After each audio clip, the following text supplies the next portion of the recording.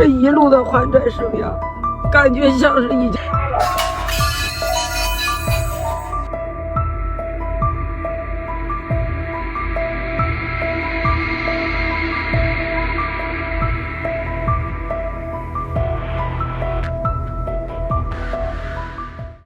It's all covered in today's China Truths.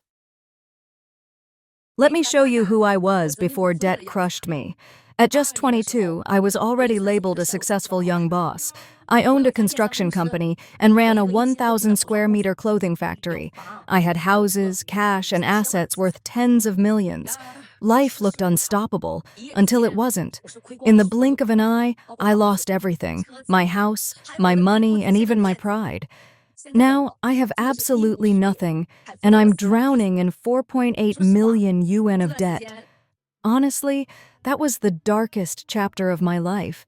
At my lowest, I couldn't even scrape together 50 yuan. Not long ago, I sold off everything, every house, every cent, just to pay my employees and settle debts. I've been slowly trying to rebuild since then. I'm not ashamed to admit this. Right now, I only have a few thousand yuan to my name. In recent years, China's economy has been collapsing. Physical stores are shutting down like falling dominoes. In Guangzhou alone, the store closure rate has hit over 80%. That's not a rumor, it's a brutal fact. Many middle-class families are breaking under the pressure of crashing home values and mountains of debt. Let's talk about it. Just today, I got shocking news. 80% of physical stores in Guangzhou have shut down. What does that mean? It means 8 out of every 10 stores are barely holding on or already gone. Every day, shop owners sit and wait desperately for customers, but no one shows up. And when someone finally does, they snap a picture and go compare prices online. This is the age of the price war. E-commerce is killing us. Bankruptcy is sweeping through Guangzhou like a storm. Truth is, 80% of households here are on the edge of collapse. I'm not trying to scare you. But let's be real, most people are just barely surviving. Think about it. If your cash and assets are less than your debts, you're broke. Middle-class families earning 20,000, 30,000 yuan a month look good on paper, but after mortgages, daily expenses, and supporting parents and kids, they've got barely 2,000, 3,000 yuan left. They live in fear of layoffs, one job loss, and boom, instant bankruptcy. For people like us, surviving on credit cards, it's even worse. These days, someone who can throw down 10,000 yuan in cash looks like a king. I've worked in Guangzhou's loan business for 60 years. I've met all kinds of people, rich and poor, factory bosses, and employees. You know how many factory owners can pay 1 million yuan in cash to buy equipment? Almost none. Business is hell, and making money feels impossible. That's everyone's reality now. Just look around. How many hot shops are being transferred or sold off at bargain prices? So don't envy those guys driving Benzes and BMWs. Most are drowning in debt, refinancing again and again just to stay afloat. Brothers, I ran. I fled with over 40 million in debt on my shoulders. If life is crushing you right now, stop and hear my story. 3 years ago, I was a local legend, a boss with an annual output of 100 million yuan, the face behind Zhenjiang Dehao Automobile Company Limited. I was proud of what I built, but today, I stand here as a failure. I can't take this life of endless debt anymore. So many so-called bosses are like me now, empty, broken, only debts left behind. We can't eat, we can't sleep. We lie awake at night, wondering how it all fell apart. Sleepless nights and creeping depression consume me. I forget my own words. I've grown thin and weak. This isn't the life I imagined. Born in the 60s, I once owned several companies, including a 10,000 square meter auto dealership in Zhenjiang and Qint Electric. I built an empire, only to destroy it with my own hands, recklessly investing in one failed project after another. The old saying goes, 10 years to rise, 1 night to fall. Now I understand. Every day feels like a battle, and peace of mind feels further away than ever.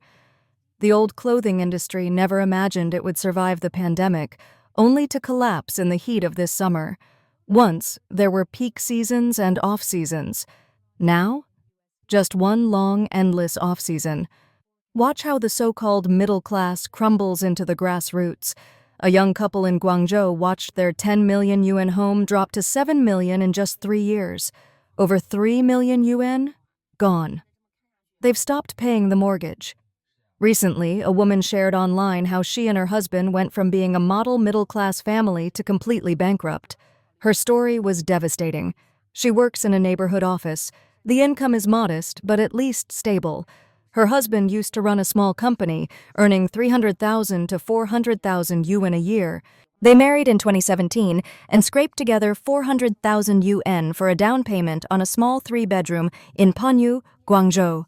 Life was good. Their son was born the next year. Her in-laws were overjoyed and helped raise the child. It was a happy time. Back then, property prices soared daily.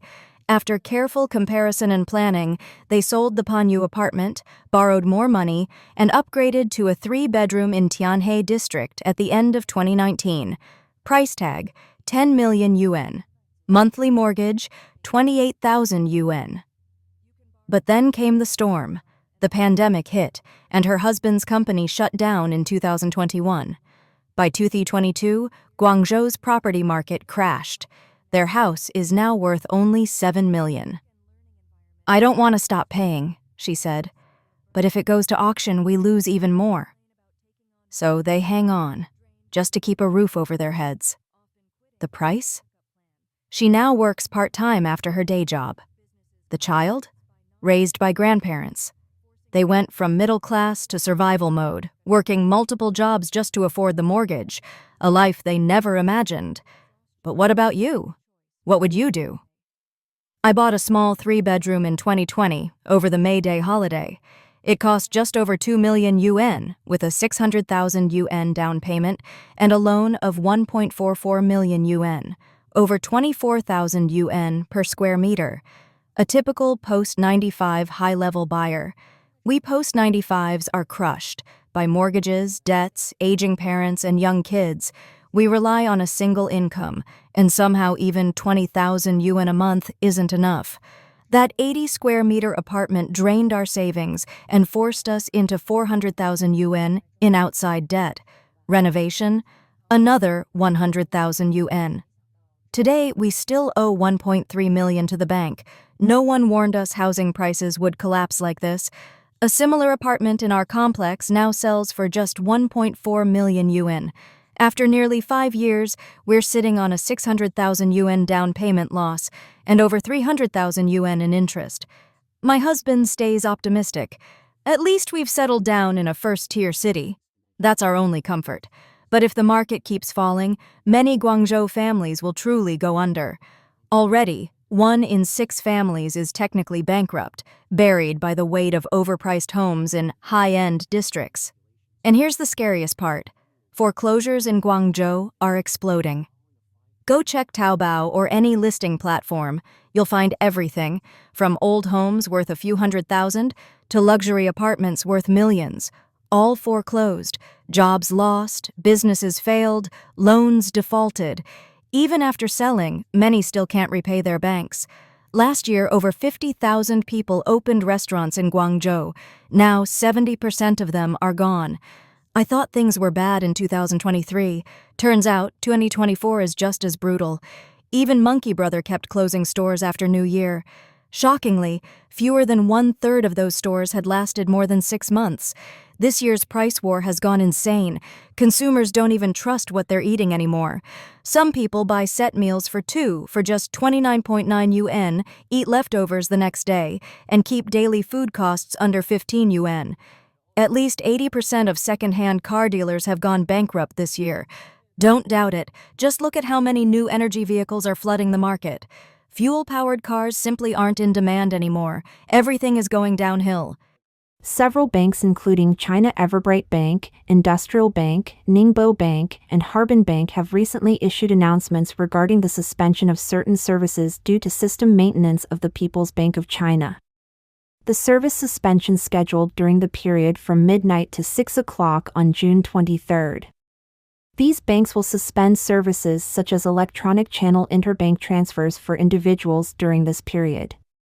On June 18th, China Everbright Bank announced that the People's Bank of China will conduct a maintenance window from midnight to 6 o'clock on June 23, 2024, affecting the small payment system and the online payment interbank clearing system. This will cause a temporary halt in transactions during this period. Consequently, China Everbright Bank will suspend several services, including interbank remittances, interbank connectivity, and transactions related to commercial bills, both in corporate and private online and mobile banking. Services such as transfers to other bank accounts, signing interbank agreements, and real-time receipts from other banks will also be unavailable. Similarly, other banks like Ningbo Bank, Industrial Bank, and Harbin Bank have announced comparable suspensions for the same reasons, though the specific services affected vary. Ningbo Bank will also undergo a system upgrade later in June, impacting certain services further. Industrial Bank will suspend RMB interbank transfer services across multiple banking channels, though ATM services for interbank personal transfers under 50,000 yuan, about $6,900, will remain active. Harbin Bank will suspend its small payment and interbank clearing system operations, affecting related interbank transfer services. Regarding the reason for this service suspension, the banks have only stated system maintenance and have not disclosed further details on the direct cause of these decisions, though there is speculation that a system vulnerability may have been discovered. Please share your thoughts in the comments section below. We will keep reporting on the COVID surge in China, so don't forget to subscribe to our channel and turn on the notification bell to get the latest videos. And thank you for tuning in.